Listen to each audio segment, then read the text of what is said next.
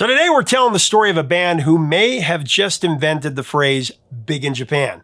Now, these guys really struggled to get off the ground and they were flirting with disaster here in the States, couldn't buy a hit. Then they discovered that they were revered as rock royalty halfway around the world.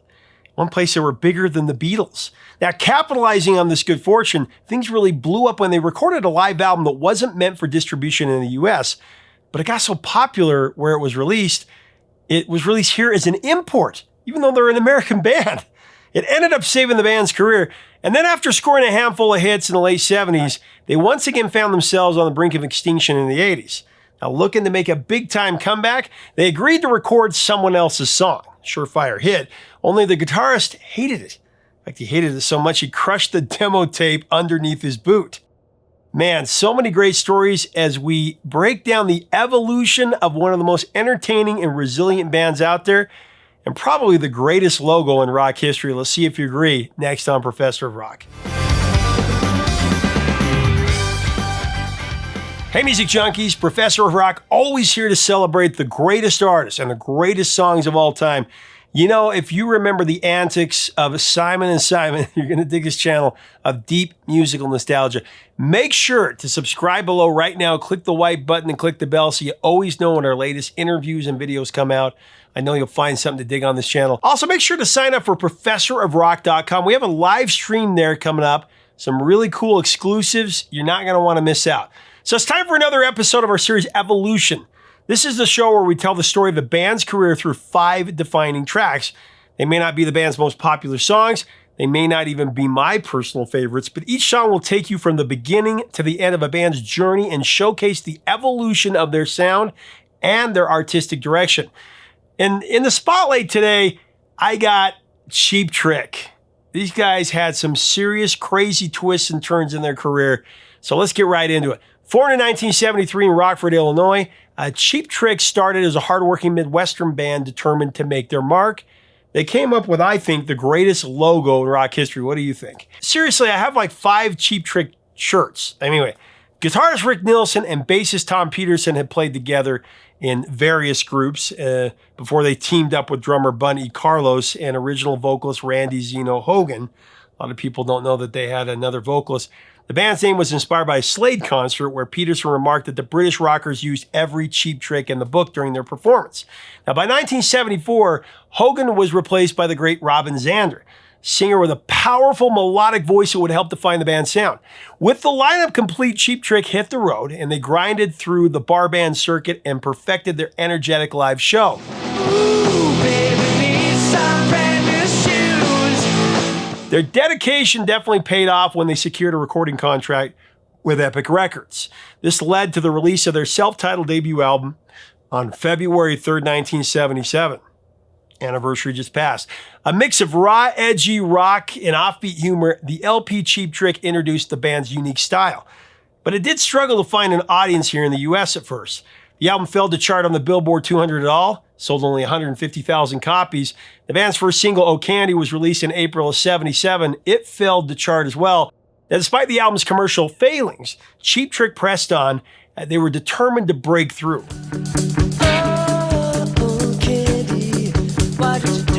Throughout 1977, the band toured relentlessly, and they opened for Queen, and Journey, and Kiss. And just months after their debut, the band was already back in the studio to record their follow-up. Their sophomore offering, In Color, that hit shelves in September of 1977. I mean, that's within the same year. Now, it featured one of the band's most well-known singles, I Want You to Want Me.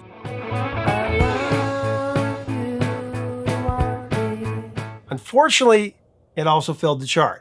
It was completely absent from the Hot 100, but the album did go to number 73 on the US album chart, so better than the first one. It was far from a resounding success. Still, the one thing that Cheap Trick did have going for them was that they were starting to develop a cult following in Japan. I Want You to Want Me actually went to number 1. We're going to talk about more in that in a minute. But let's get into my first Evolution pick.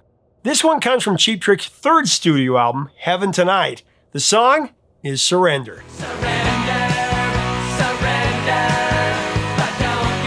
Now, although Surrender was featured on 1978's Heaven Tonight, the song had been in Cheap Trick's repertoire for years before making it onto vinyl.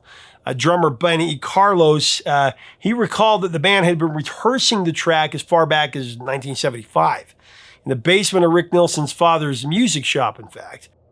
Nilsson later explained and said, "We almost recorded it for our debut album, but we did something like 26 songs for that one, so Surrender never made it. Nor did it make our second album, In Color. It wasn't until the third album that we gave it a go."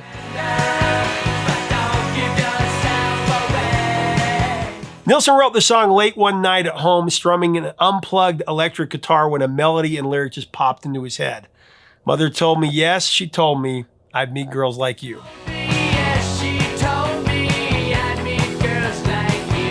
The line, he later admitted, was inspired by the Shirelles' classic Mama's Sad. It was a song about motherly advice.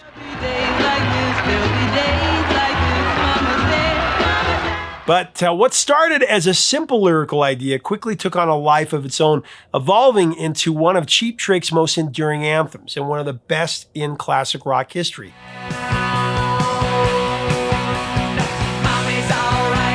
To Nilsson, the lyrics took on the form of a bit of a rock nursery rhyme, as he would put it. He actually put himself in the mindset of a 14-year-old, his 14-year-old self, and tapped into a universal teenage experience seeing your parents as clueless and weird, right? Mommy's all right, daddy's all right, they're just a little bit weird. Now, for Nilsson, it was a reflection of his own upbringing. But, who hasn't thought about their parents as being a little weird when they're growing up? Now, using humor and irony to highlight the generational divide, the lyrics tell the story of a teenager navigating life under the watchful eye of his overprotective mother, who warns him about the dangers of getting too close to girls. Stay away, you'll never know what you'll catch. But just when he's convinced that his parents are completely out of touch, he wakes up to find them rolling around the couch listening to Kiss records, which blows his mind and forces him to rethink everything about his parents. Now, obviously, he's thinking of his own parents, but putting them into a scenario of a kid from the 70s, which is why he used Kiss as the band. If he was really being accurate from back in the day, he probably would have used Elvis.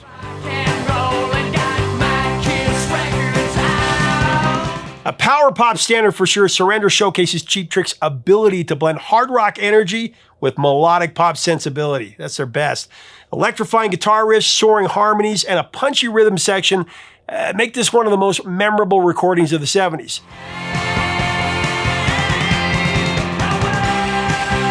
However, despite its strong potential, Surrender failed to gain traction on the airwaves upon its release. It only went to number 62 on the Billboard Hot 100. It wasn't a hit.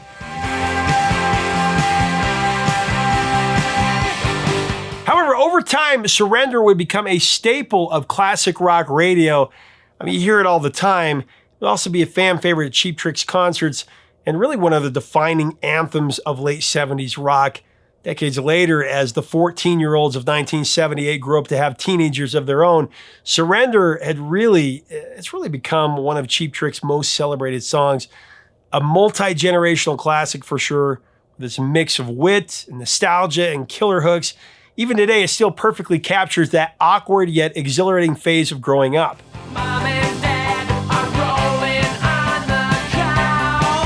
My 13-year-old loves this song. I hear him singing it and playing it all the time. I'm sure he thinks the same thing I've thought of my parents with this. But back in 1978, Surrender was on its way to becoming just another disappointing stateside single. It wasn't a hit. Really, things weren't looking really good for the band. Cheap Trick had yet to break the top 40 on any meaningful U.S. chart. And these guys have spent years slugging it out on the road, playing endless gigs across the U.S. and had very little show for it. Said Nilsson, and I quote, "We spent a lot of years opening for bands like Kiss and Queen and the Kinks. We were known, but we were not a household name." Now, despite their relentless touring, Cheap Trick remained hitless. They were buried in debt and teetering on the brink of collapse as a band.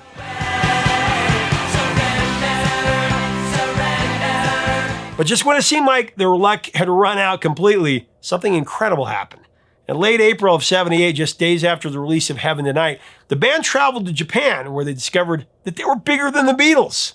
And the band had previously toured Japan with Kiss and Queen, but now their albums were going gold and platinum and their fan base was growing like crazy. Cheap Trick's label saw an opportunity to really capitalize on this moment. And this is really the only band that's ever done this. While they were in Japan, Cheap Trick recorded a live album at Budokan. an indoor venue in Tokyo. This is where we come to my second Cheap Trick Evolution pick, the band's breakthrough track, the live version of I Want You to Want Me.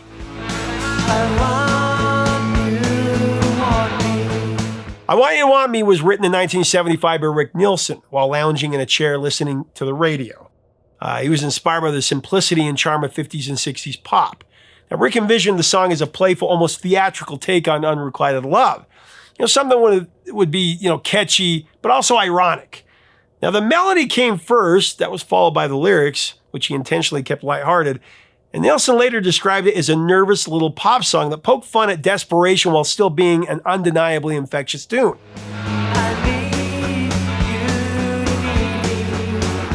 Now, when Cheap Trick first recorded the track for their 1977 album In Color, the studio version was stripped down with honky-tonk piano and a really polished pop sound, very far from the raw energy of their live performances of this song.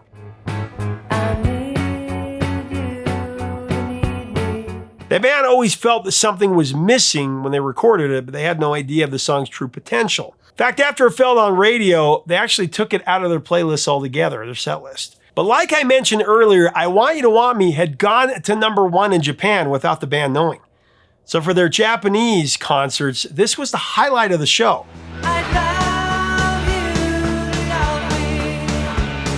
So there they are, Cheap Trick playing to the deafening cheers of 12,000 fans. This performance transformed the song into something just mesmerizing. Stripping away the glossy production of the original, the band unleashed a high-powered version driven by pounding drums, soaring vocals, and a searing guitar solo.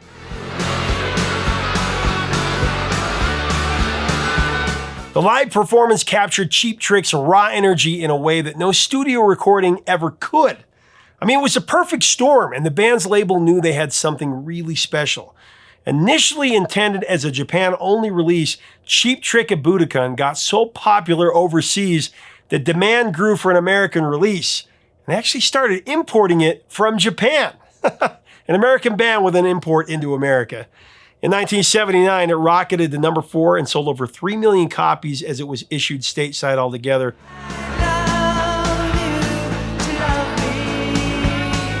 The live version of I Want You to Want Me, supercharged by the audience's cheers, that also went to the top 10, becoming their first big hit, went to #7. Call and response energy, the urgency in Robin Zander's vocals, and the way the band fed off the crowd's excitement turned this into a classic.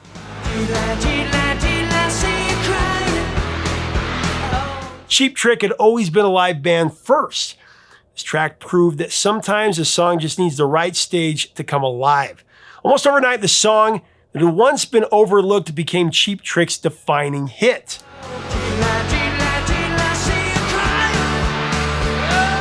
Cheap Trick at Budokan was a huge seller well into 1979. As a result of this unexpected success, the band actually delayed release of their next album, Dream Police, for the better part of the year. It was finally issued toward the end of '79, September. Despite the delay, though, Dream Police proved to be the perfect follow, solidifying Cheap Trick's signature sound. The album's title track, a high-energy anthem with driving strings and a powerful riff that perfectly captured the band's infectious energy at the moment. You haven't guessed it, Dream Police is going to be my next pick. I've got the shirt here.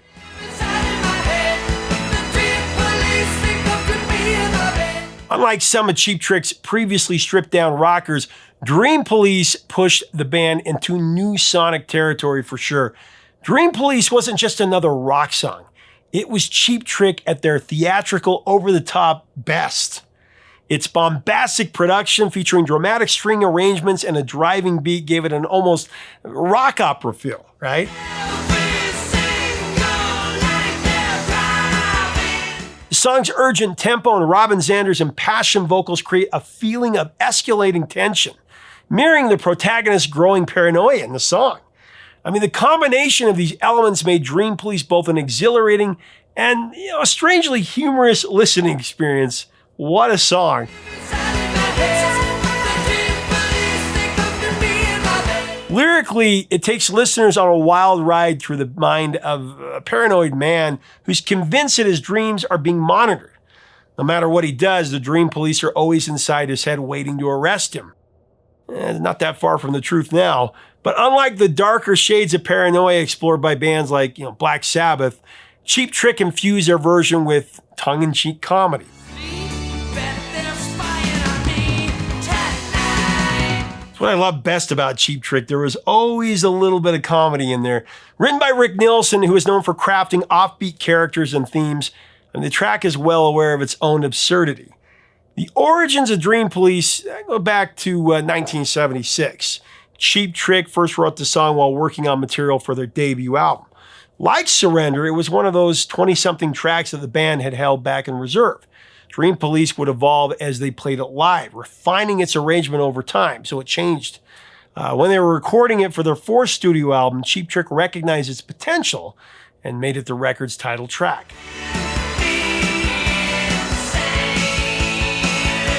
The result was one of the most distinctive and ambitious songs in Cheap Trick's entire catalog. Dream Police was chosen as the LP's lead single, with express intent to capitalize on the success of the live version of I Want You to Want Me. Released in September 79, like I said, Dream Police became the band's second top 30 hit, reached number 26 on the Billboard Hot 100.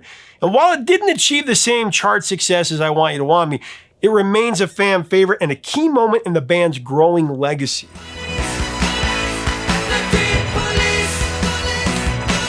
All right, so by the time the curtain closed on the 70s, Cheap Trick had hit their commercial stride. They seemed poised to go to greater heights in the 80s for sure, but the new decade, it didn't start out as planned. Bassist Tom Peterson departed after All Shook Up in 1980, leaving a big void in the band's chemistry. His departure led to a revolving door of replacements, and in the process, the band struggled to recapture their earlier magic.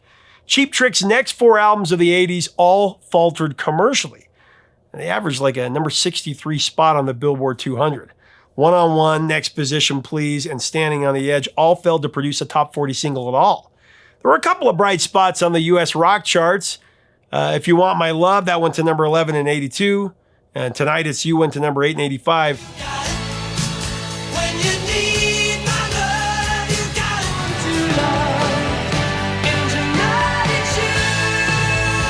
But by the time 1986's The Doctor flatlined at number 115, their future was uncertain.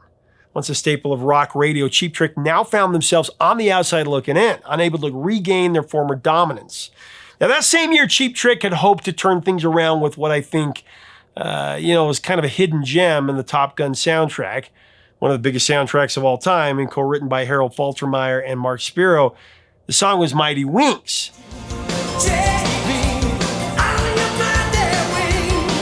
High-energy synth rocker was released as the album's third single, and it had all the makings of a hit, arriving in the wake of two other massive hits from the soundtrack, Kenny Loggins' number 2 Danger Zone, of course Berlin's number 1 Take My Breath Away.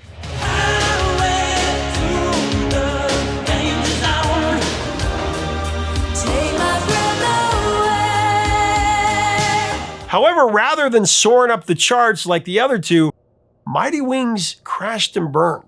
Failed to even register on the Hot 100. It was a shock. It was a golden opportunity missed. I mean, look what Top Gun did for everybody else on it.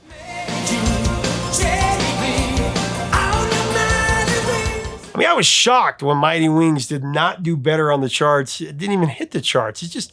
It's crazy to me because it's a good song.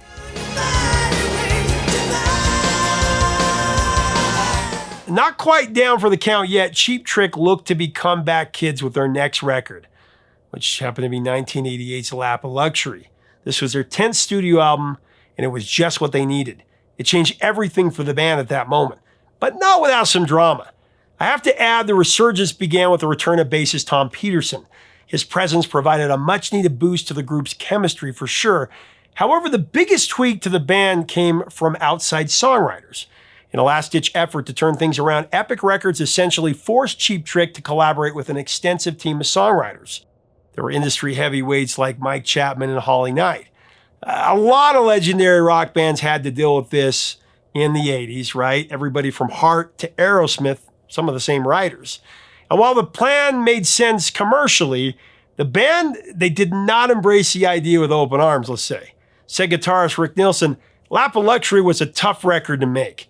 We could lie to you and tell you it was all wonderful and great, but it wasn't. It was tough working with other writers. Nilsson would admit, though, it was a big lesson for them to learn. Yet despite their initial resistance to all this, the formula actually worked, as evidenced by my fourth evolution selection, The Flame.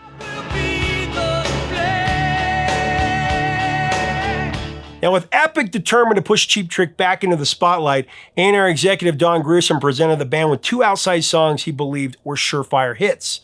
One was Look Away, a Diane Warren penned ballad that would later go to #1 for Chicago. Look away, baby, look away.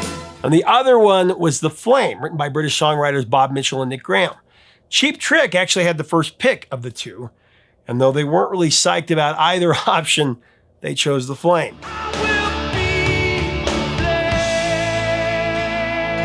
The Flame was actually written for British singer Elkie Brooks, but when she rejected it, the song's journey took an unexpected turn. As Nick Graham recalled, we were writing a song for Elkie Brooks, I was producing a track for her album, and she asked me to write another song, so Bob and I came up with The Flame.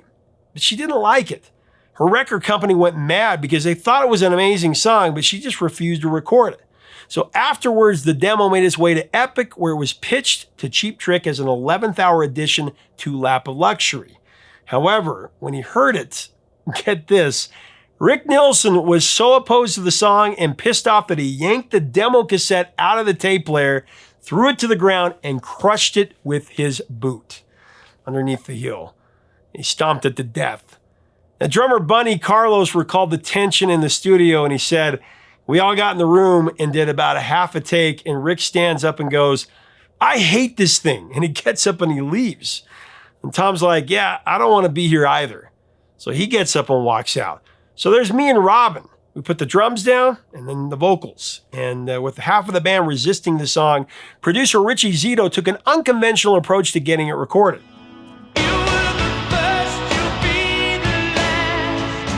He actually had each band member lay down their parts separately, starting with Robin Zander.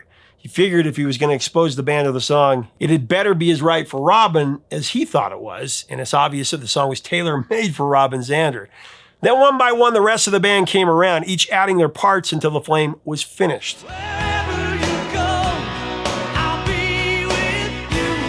Nilsson would say that the contempt was really less about the track, more about the label forcing another song on the band. He said, the reason I hated it, as the story goes, is that it was the 10th song where the record company producer said, you have to record this. Cheap Trick, known for writing their own material, had been worn down by the label's push to perform outside songs. Yet despite their initial reluctance, The Flame became the biggest hit of Cheap Trick's career. It went all the way to #1 on the Hot 100, and it secured their comeback, the one that they'd always hoped for.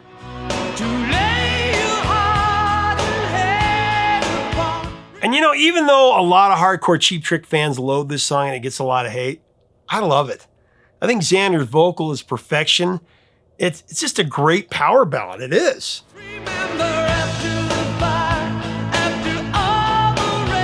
Cheap Trick would then keep their comeback going with their next single, the Elvis Presley cover Don't Be Cruel. That one actually went to #4 on the Hot 100, becoming Cheap Trick's second highest charting single, all on the same album.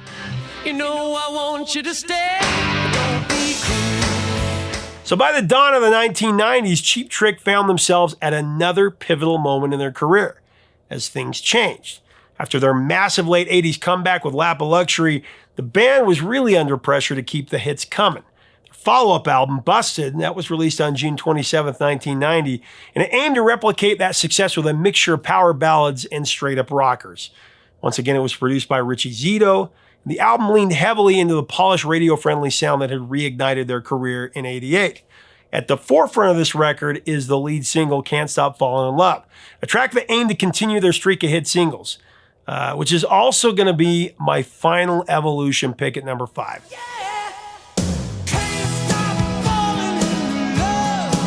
Originally conceived as an instrumental in early 1987, Can't Stop Falling in Love underwent several transformations before becoming the final track that Cheap Trick recorded. Yeah. After adding lyrics, the band recorded a demo in Milwaukee featuring blues singer-songwriter Harvey Scales on vocals. Robin Zander later presented the track to Rod Stewart, actually. He expressed interest in recording it for his next album. However, Epic Records intervened. They believed this song had greater potential as a Cheap Trick release. So the band ultimately recorded their own version, refining it into the soaring, radio-friendly ballad that we know today. The track was released as the album's lead single, and it found great success. It peaked at number 12 on the Billboard Hot 100, just missing the top 10. It made it Cheap Trick's last top 40 hit in the U.S. as well, giving them hits in the 70s, 80s, and 90s. And while it didn't reach the heights of The Flame, it reaffirmed their ability to churn out radio-friendly anthems that resonated with the mainstream.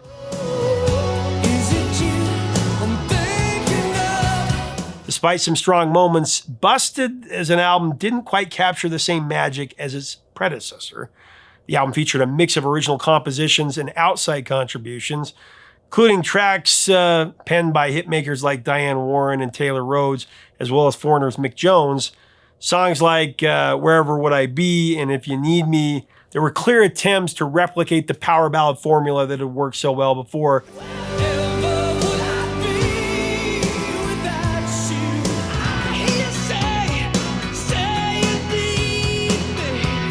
But the record didn't do as well as the first single. It peaked at number 48 on the Billboard 200, but it quickly lost momentum and failed to produce another major hit after that.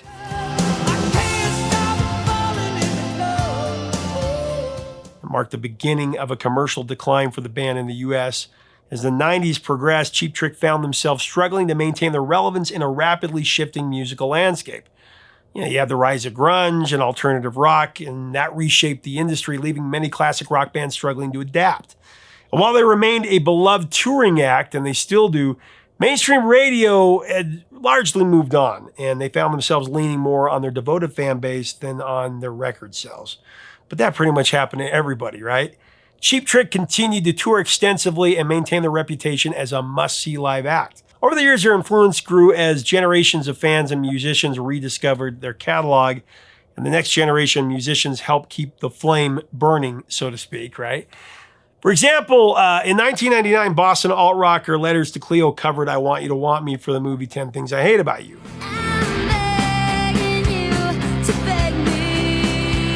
And, Surrender has also caught the interest of a long list of 90s bands. I mean, Hootie and the Blowfish, Everclear, Pearl Jam, Stone Temple Pilots, Foo Fighters, and Green Day have all covered the song.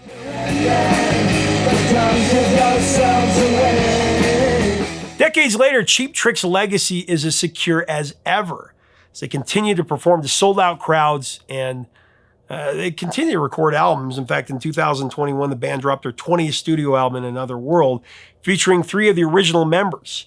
Cheap Trick's ability to weather the highs and lows of the industry while staying true to their unique sound has always been impressive to me, and has solidified their place as one of the great rock bands of all time in America.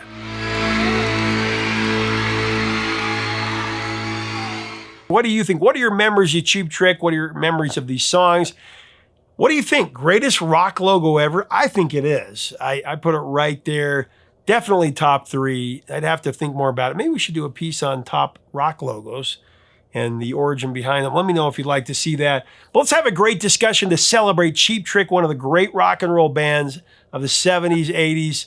Again, hits in the 70s, 80s, and 90s. Very cool. If you like our content, we invite you to subscribe below. We'd love to have you as part of our community. Until next time, 3 chords and the truth, my friends.